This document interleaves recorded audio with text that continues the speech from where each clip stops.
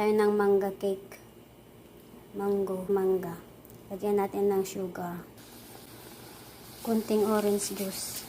Lagyan natin ng sugar.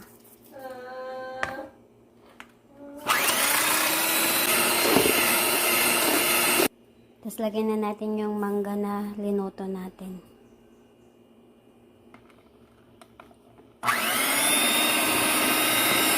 Milk. Butter. 1 cup na flour.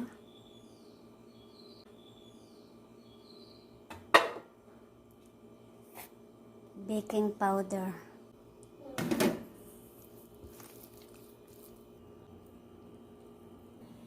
Lagay na po natin sa oven. Gagawa tayo ng pan-toppings. Yung cream cheese, butter, tsaka yung ating powdered sugar.